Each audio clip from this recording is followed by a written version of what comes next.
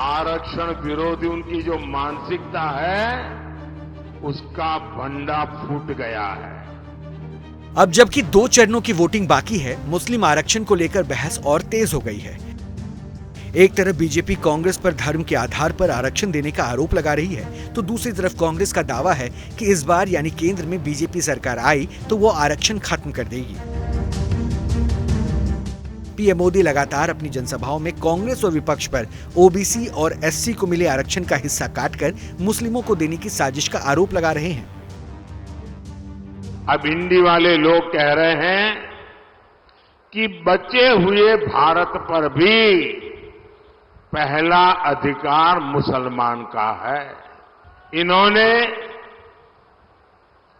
SC, ST, OBC इनको जो बाबा साहब आंबेडकर ने आरक्षण दिया है, भारत के संविधान ने जो आरक्षण दिया है, इसको छीन करके वे वोट जिहाद करने वाले लोगों को देना चाहते हैं। एक तरफ बीजेपी मुस्लिम आरक्षण को लेकर कांग्रेस के मैनिफेस्टो का उदाहरण दे रही है और दूसरी तरफ पीएम मोदी राहुल गांधी की 1 दशक पुराने वीडियो का जिक्र कर दावा कर रहे हैं कि कांग्रेस पार्टी मुसलमानों को आरक्षण देने की तैयारी में जुटी है। लेकिन कांग्रेस ने अब तक इन मुद्दों पर चुप्पी साध रखी है। राहुल गांधी अल्पसंख्यकों के कल्याण और आरक्षण के 50% कैप को बढ़ाने की बात तो करते हैं, लेकिन कभी खुलकर नहीं कहते कि मुसलमानों को भी आरक्षण मिलना चाहिए। ये रिजर्वेशन को मिटाने की बात करते हैं। मोहन भागवत जी का वीडियो आया था, उसमें कहते हैं कि रिजर्वेशन से देश को नुकसान होता है। हमने अपने मैनिफेस्टो में साफ कह दिया है कि ये जो 50% की लिमिट है, इसको हम हटा देंगे। रिजर्वेशन को हम 50% से भी आगे बढ़ाने जा रहे हैं।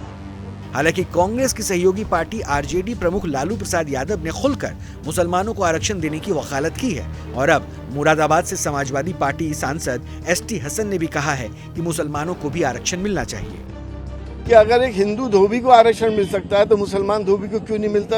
ये तो सन 52 से क्या धर्म के आधार पर नहीं है? आरक्षण होना चाहिए सोशियो इकोनॉमिक स्टेटस के ऊपर।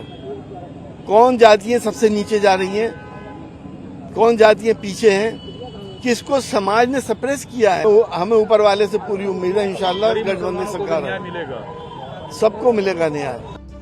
आरजेडी और समाजवादी पार्टी के बयानों से बीजेपी को मन मांगी मुराद मिल गई।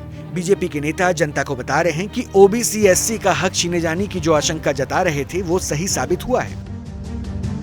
ये पूरा इंडिया अलायंस कांग्रेस तेलंगाना और कर्नाटक में ओबीसी के रिजर्वेशन पर डाका डाला, ममता बनर्जी ने ओबीसी के रिजर्वेशन पर डाका डाला, पिछड़ा वर्ग एससी एसटी का रिजर्वेशन छीनकर ये लोग अल्पसंख्यकों को और विशेषकर मुसलमानों को देना चाहते हैं। बीजेपी की रणनीति साफ है कि वो मुस्लिम आरक्षण की बात करके पिछड़े वर्ग को अपने पक्ष में किया जाए। इसलिए पीएम मोदी समेत सभी बीजेपी नेता पश्चिम बंगाल के मुद्दे को भी जोर शोर से उठा रहे हैं। कोलकाता हाईकोर्ट ने पश्चिम बंगाल में 2010 के बाद से जारी ओबीसी सर्टिफिकेट को रद्द कर दिया है, तो पीएम मोदी ने तुष्टीकरण की राजनीति को लेकर कांग्रेस समेत पूरे विपक्षी गठबंधन को घेरा। बंगाल की हाईकोर्ट का जजमेंट आया है और बंगाल में भी इंडी जमात का एससी, एसटी, ओबीसी के आरक्षण के खिलाफ उनका जो षड्यंत्र है, आरक्षण विरोधी उनकी जो मानसिकता है, उसका भंडा फूट गया है।